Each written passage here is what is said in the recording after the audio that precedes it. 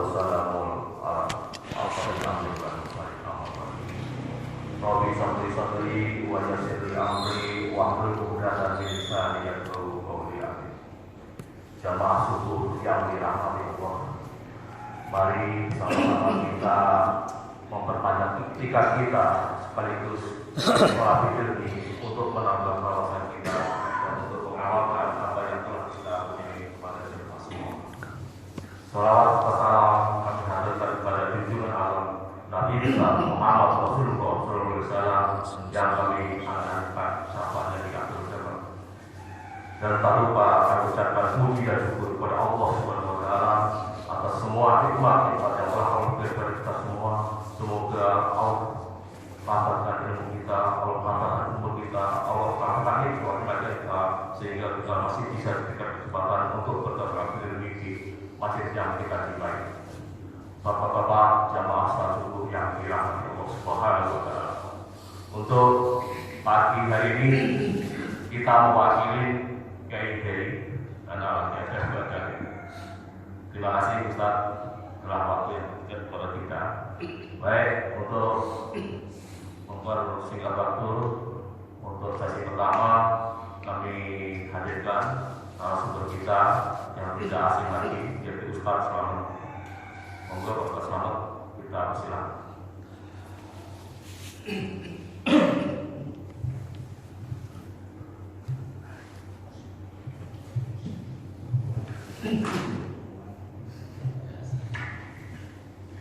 Assalamualaikum warahmatullahi wabarakatuh. Innal hamdalillah nahmaduhu wa nasta'inuhu wa nastaghfiruh wa na'udzu billahi min shururi anfusina wa min sayyiati a'malina man yahdihillahu fala mudilla lahu wa man yudlil fala hadiya lahu. Asyhadu an la ilaha illallah wahdahu la syarika lah wa asyhadu anna Muhammadan abduhu wa rasuluh. Ya ayyuhalladzina amanu ittaqullaha haqqa tuqatih wa la tamutunna illa wa antum muslimun. Amma ba'du. Alhamdulillah, kita panjatkan puji syukur kita kepada Allah Subhanahu wa taala atas begitu banyak kenikmatan-kenikmatan yang diberikan kepada kita semua. Ada sebagian orang yang saat ini butuh oksigen, di rumah sakit dirawat, dia harus mengeluarkan biaya. Tapi kita yang ada di sini bebas untuk mendapatkan oksigen. Ini nikmat dari Allah yang kadang kita lupa untuk mensyukurinya. Tapi ada nikmat yang paling besar, yang merupakan pembeda antara kita dengan orang-orang di luar Islam, yaitu nikmat iman Islam. Ini nikmat yang terbesar. Allah Subhanahu wa taala berfirman dalam surat Ibrahim ayat 7. La in syakartum la azidannakum wa la in kafartum inna adzabi lasyadid. Jika engkau bersyukur atas nikmatku, aku akan tambah. Tapi jika engkau ingkar, azabku amat pedih. Wajiblah kita bersyukur atas nikmat Allah yang Allah berikan kepada kita semua. Selawat dan salam kita sampaikan kepada junjungan kita Nabi kita Muhammad SAW beserta keluarganya, sahabatnya, dan umatnya sampai akhir zaman. Saudara-saudara yang dirahmati oleh Allah Subhanahu wa taala, jamaah salat subuh Masjid Iman yang insya Allah dirahmati oleh Allah Subhanahu wa taala. Saya juga kaget bisa tampil di sini karena memang saya udah punya niat nggak mau tampil lagi karena ilmu saya masih sedikit, malu. Tapi berhasil Pak Kiai Heri lalu saya terus. Pas kamu tampil dong. Saya bilang nggak pusing Pak Kiai, saya belum mampu, ilmu saya sedikit. Hari Rabu dirayu, hari Kamis dirayu tuh puncaknya hari Kamis. Akhirnya saya bilang insya Allah Pak Kiai. Karena memang saya lebih banyak pikiran, badan saya juga masih kurang sehat. Tapi alhamdulillah Pak Kiai udah bersama jalan bareng, insya Allah Allah mudahkan usahanya. Alhamdulillah urusan saya kemarin Allah mudahkan karena anak saya ngotot pengen kuliah, sedangkan budgetnya nggak ada kan, karena saya mau jual belum ada yang bisa jual Akhirnya saya ngajuin ke CP untuk dapat. Udah diajuin tapi belum tahu keputusan dari CP-nya. Itulah kenapa saya bisa tampil di sini, hasil rayuan Pak Kiai. Subhanallah. Luar biasa. Tema kita pagi ini, hidup itu pilihan. Mau pilih apa? Subhanallah. Terkadang kita sering ngobrol sama teman-teman. Ada teman-teman mengatakan, jangan musik-musik gua kan, hidup ini pilihan, terserah gua. Mau sholat berjamaah kayak mau enggak, itu kan urusan gua. Betul, hidup ini pilihan. Tapi untuk milih apa? Terkadang orang kayaknya enak ya untuk jadi orang kaya. Wah, rumahnya mewah, toko di mana-mana, uangnya banyak. Subhanallah. Belum tentu jadi orang kaya itu bahagia. Belum tentu. Kenapa? Karena kebahagiaan itu disebabkan karena seringnya dia mengingat Allah Subhanahu wa Ta'ala. Mungkin sebagian kita pernah mendengar atau membaca kisah tentang Qarun. Qarun itu orang kaya, hartanya banyak, tapi dia sombong. Dia mengatakan bahwa kekayaan ini hasil jerih payah daripada ilmunya dia. Dan dia tidak bersyukur kepada Allah. Di mana Qarun? Yang kata orang sebagian orang kaya hidupnya enak, bahagia, pengen banget jadi orang kaya. Gue kayaknya pengen milih nih hidupnya jadi orang kaya. Silakan. Qarun itu orang kaya, matinya ditenggelamkan dengan harta-hartanya ke dalam bumi. Ada juga sebagian orang mengatakan enak kali ya kalau kita jadi presiden, jadi menteri, jadi pejabat. Enak kemana-mana dibayarin sama negara, pasti enak tuh, bahagia, tenang. Belum tentu. Kenapa? Kebahagiaan itu bukan karena jadi pejabat, bukan jadi presiden, bukan jadi raja, tapi kita rajin mengingat Allah Subhanahu wa Ta'ala akan timbul kebahagiaan. Mungkin sebagian besar yang ada di sini pernah membaca kisah Fir'aun. Itu Fir'aun aja, raja banget. Kerajaannya dia tuh gak punya utang, kerajaannya, uangnya banyak. Orang rakyatnya aja kalau jadi orang kaya, tadi kerajaannya kaya banget, kekuasaannya mutlak. Tapi dia stres. Ketika apa? Ketika dibisikin ke penasehatnya, akan ada orang yang menghancurkan kerajaan kamu.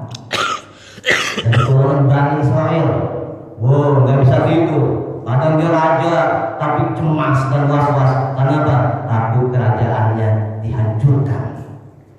Lalu bayi yang laki-laki lahir sembelih. Kenapa? Karena ketakutan. Ini yang disebut orang yang katanya bahagia menjadi raja. Enggak. Bahagia itu adalah orang yang berzikir mengingat Allah Subhanahu wa Ta'ala. Di mana matinya Firaun? Ditenggelamkan oleh Allah ke dalam lautan bersama tentara. Ini pilihan hidup mereka. Lalu apa pilihan hidup kita nih sebenarnya di dunia ini? Setelah saya banyak baca referensi, ternyata kita disuruh memilih agama.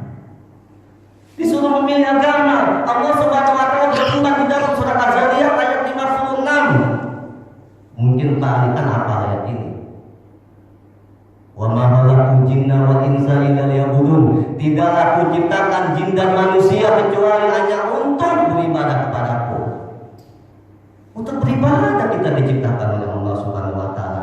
Makanya diutuslah para nabi dan rasul untuk membawa apa? Membawa agama. Kita disuruh beribadah, betul. Tapi bagaimana cara untuk ibadah yang benar? Diutuslah para nabi dan rasul. Dan Nabi kita Muhammad SAW adalah Nabi yang terakhir, yang diutus oleh Allah Subhanahu wa Ta'ala membawa syariat Islam ini kurang lebih 23 tahun. Dan puncaknya ketika Nabi sedang haji di padang Arafah, Allah Subhanahu wa Ta'ala mengutus malaikat Jibril. Turunlah surat Al-Maidah ayat 3. Al-yawma akmaltu lakum dinakum wa atmamtu alaikum nimati wa raditu lakum Islam madinah. Pada hari ini aku sempurnakan untukmu agamamu, dan aku cukupkan nikmatku untukmu, dan aku ridho Islam sebagai agamamu.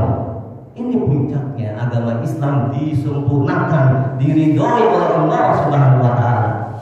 Jadi orang-orang yang memilih agama selain Islam, maka dia akan rugi. Kenapa dia rugi? Karena Allah berfirman, "Inna dina indallahi Islam." Agama yang diterima di sisi Allah adalah agama Islam. Sampai bilang, enggak lah, di negeri ini kan ada agama selain Islam, ada Kristen, ada Buddha, ada Hindu. Itu juga mereka kan berusaha semaksimal mungkin untuk berbuat baik. Betul, silakan. Karena kita dibuatkan dengan ayam. Saya miara ayam. Jadi kalau saya potong, saya makan parahnya itu ada otaknya, tapi ayam nggak punya pikiran.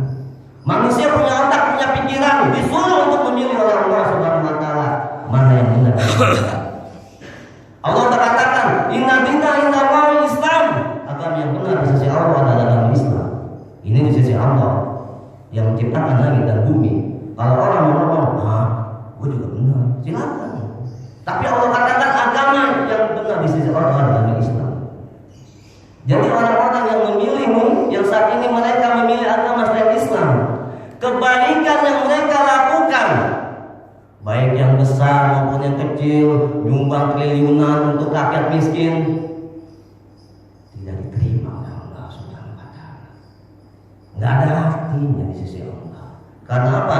Lantaran dia selalu memilih agama. Di dalam surat Ali Imran ayat 85 ditegaskan oleh Allah, "Wa may yabtaghi ghairal islami dinan wa la yuqbala minhu wa huwa fil akhirati minal khasirin." Barang siapa mencari agama selain Islam, maka dia tidak akan diterima, dan di akhirat dia termasuk golongan orang yang merugi. Kita hidup bukan cuma di dunia, di akhirat juga kita akan hidup, malah lebih lama di akhirat. Paling di dunia paling lama 100 tahun, itu udah pada lewat badan-badannya, udah butuh orang untuk jalan. Tapi di akhirat kekal abadi. Dia nyumbang pakai miskin, bawa sembako buat kontainer, agamanya apa? Buat Islam gak diterima. Tapi dia kan baik, benar baik. Di dunia dibalas. Yang tadinya pengusaha, usahanya tambah hebat. Yang tadinya pejabat, jabatannya makin mantap. Dibalas di dunia, di akhirat tidak dibalas. Allah detilkan lagi di dalam surat Al-Furqan ayat 23. Wa qadimna ila ma amilu min amalin faj'alnahu haba'an mansura. Kami perlihatkan semua tuh. Waktu di dunia dia nyumbang ini, nyumbang itu, diperlihatkan oleh Allah. Lalu Allah jadikan debu yang berterbangan. Ditolak sama Allah. Kenapa? Salah ketika di dunia memilih agama. Tapi bagi kita orang-orang Islam yang mungkin amal kita cuma 2000, kotak amal lewat 2000, tapi ikhlas, Allah berfirman, "Faman ya'mal mithqala dzarratin khairan yarah." Barang siapa yang berbuat kebaikan sebesar jahat, Allah akan balas dan Allah akan perlihatkan. Itulah ketika kita tidak salah dalam memilih agama. Nggak bisa dong, kan kita bebas dalam beragama. Silakan. Allah juga udah tegaskan di dalam surat Al-Baqarah ayat 256, "La ikraha fid-din." Tidak ada paksaan dalam beragama. Silakan. Allah udah kasih tahu lo mau agama ini, agama itu, silakan, lu dikasih akal. Tapi jangan nyesel di akhiratnya. Gak ada penyesalan. Kenapa?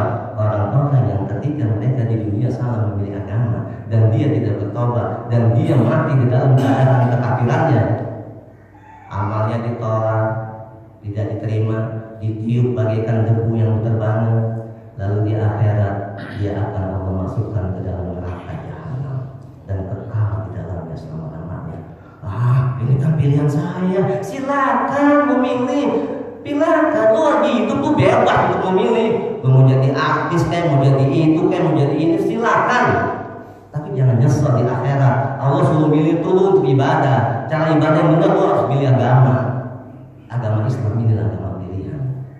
Jadi orang-orang yang sekarang nih, mereka salah dalam memilih agama, ketika nanti di akhirat Allah Subhanahu wa taala berfirman, "Innal ladzina kafaru min ahlil kitabi wal musyrikina fin nari jahannam khalidina fiha ulaika hum syarrul bariyah. Kata Allah, bukan kata saya cuma mengutip dari surat Al-Baqarah ayat 6. Sesungguhnya orang-orang kafir, yaitu golongan ahli kitab dan orang-orang musyrik, mereka akan masuk ke dalam neraka jahanam dan mereka kekal di dalamnya selama-lamanya. Dan mereka itulah seburuk-buruk yang makhluk. Mungkin di dunia sebagian kita mengatakan, itu orang hebat banget ya, rambutnya klimis, kemana-mana pakai jas, hebat nih orang, bagusnya. Agamanya apa? Non-Islam. Di dunia mungkin dapat popularitas, di akhirat kata Allah seburuk-buruknya makhluk. Ini yang Allah kabarkan. Makanya alhamdulillah kita sering ada pengajian di sini, kita bisa ngaji, bisa baca tafsirnya. Jadi kita tahu bahwa orang-orang yang mati di atas kekafirannya, dia akan masuk ke dalam neraka jahanam dan mereka kekal di dalamnya selama-lamanya. Itulah yang Allah gambarkan ketika orang salah dalam memilih ketika hidup di dunia ini. Subhanallah. Oleh karena itu, agar kita tidak salah dalam memilih agama. Kita udah di sini semuanya udah benar memilih agama, yaitu agama Islam. Saya perhatiin satu persatu orang Islam semua, nggak ada orang Buddha di sini, nah Islam semua, alhamdulillah. Dan kita tidak tahu kondisi kematian kita tidak tahu. Berapa banyak orang-orang yang kita baca dari berbagai macam media surat kabar atau lihat di YouTube, orang-orang yang mati dalam keadaan mereka berbuat maksiat pada Allah Subhanahu wa Ta'ala. Kenapa? Karena mungkin ketika dia masih hidup, dia salah dalam pergaulan. Kita nggak ada yang tahu nih, apakah kita mati nanti dalam keadaan husnul khotimah, atau matinya kita dalam keadaan su'ul khotimah, kita nggak tahu. Tapi Allah Subhanahu wa Ta'ala mengingatkan kepada kita semua agar kita sadar. Di dalam surat Ali Imran ayat 102, Allah berfirman, Ya ayyuhallazina amanu ittaqullaha haqqa tuqatih wa la tamutunna illa wa antum muslimun. Wahai orang-orang yang beriman, bertakwalah kamu kepada Allah dengan sebenar-benarnya takwa, dan janganlah kamu mati kecuali dalam keadaan muslim. Di dalam tafsir Ibnu Katsir dijelaskan bahwa ayat yang mulia ini maksudnya adalah bahwa kita semua akan dimatikan dalam kondisi kebiasaan kita sehari-hari kita. Kalau sehari-hariannya ini orang taat pada Allah, sholat berjamaah, membaca Al-Quran, rajin bersedekah, membantu orang miskin sesama agama Islam, tidak memburuk-burukkan sesama Islam, pokoknya dia taat pada Allah, maka Allah akan matikan dia dalam keadaan seperti itu. Sebaliknya kalau dia bermaksiat pada Allah, dia terima gratifikasi, dia terima suap, dia berzina, dia korupsi, Allah matikan dia dalam keadaan kebiasaan dia yang buruk itu. Nauzubillah. Oleh karena itu, agar kita dimatikan oleh Allah dalam keadaan baik atau husnul khotimah. Ada 3 tips yang saya dapati dari berbagai macam referensi. Mungkin bapak-bapak punya pas lama bukan 17, silakan. Kebanyakan 17, 4, silakan. Tapi saya cuma ngambil 3. Tapi 3 ini kalau kita amalkan, insya Allah kita akan mati dalam keadaan husnul khotimah. Yang pertama, kita berdoa kepada Allah. Kita mohon pada Allah, Ya Allah, aku telah memilih agama Islam, Ya Allah, matikan aku, anak istriku dan keluargaku dalam keadaan husnul khotimah. Doa. Karena orang Islam kekuatannya ada di doa. Ketika perang Badar, Nabi kita Muhammad SAW 300